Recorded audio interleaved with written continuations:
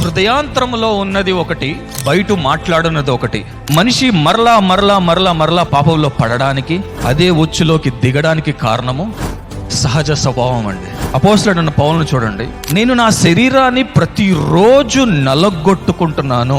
ఆయన ఒకవేళ సహజ స్వభావానికి చోటిచ్చుంటే జారత్వానికి, వ్యభిచారానికి, విచ్చలవిడితనానికి ఏదైనా పాపం చేసే అవకాశం ఉంది. కానీ ఎక్కడ కూడా అటువంటి అవకాశం తన శరీరానికి ఇవ్వకుండా, ఆ సహజ స్వభావానికి ఎక్కడ లొంగకుండా ఆయన చేసింది ఏంటంటే, ఆయన నా కొరకు మరణించాడు, నా కొరకు ప్రాణం పెట్టాడు, చివరి రక్తపు బొట్టు వరకు నా కొరకు చిందించి నా కోసం మరణించి నా పాప శాపములన్నిటినీ ఆయన మీద వేసుకుని మరణించాడు. ఆయన కొరకు నేను జీవించాలి, నా మట్టుకు నేనేమైపోదునా అని నా హృదయాన్ని, నా శరీరాన్ని అనుదినము నలగొట్టుకుంటూ ప్రతిరోజు సిలువను మోసుకుంటున్నాను అన్నాడు. నా సహజ స్వభావాన్ని నేను చంపుకోకపోతే నేను దీవించబడేది ఎలా?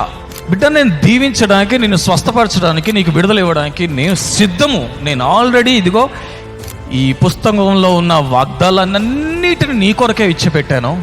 ఇవన్నీ చేసి ఆల్రెడీ ఇచ్చిపెట్టాను. నీ హృదయాన్ని నాకు ఇస్తావా?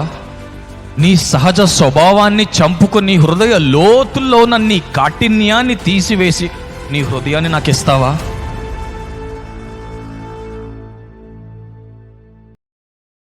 Download ShareChat.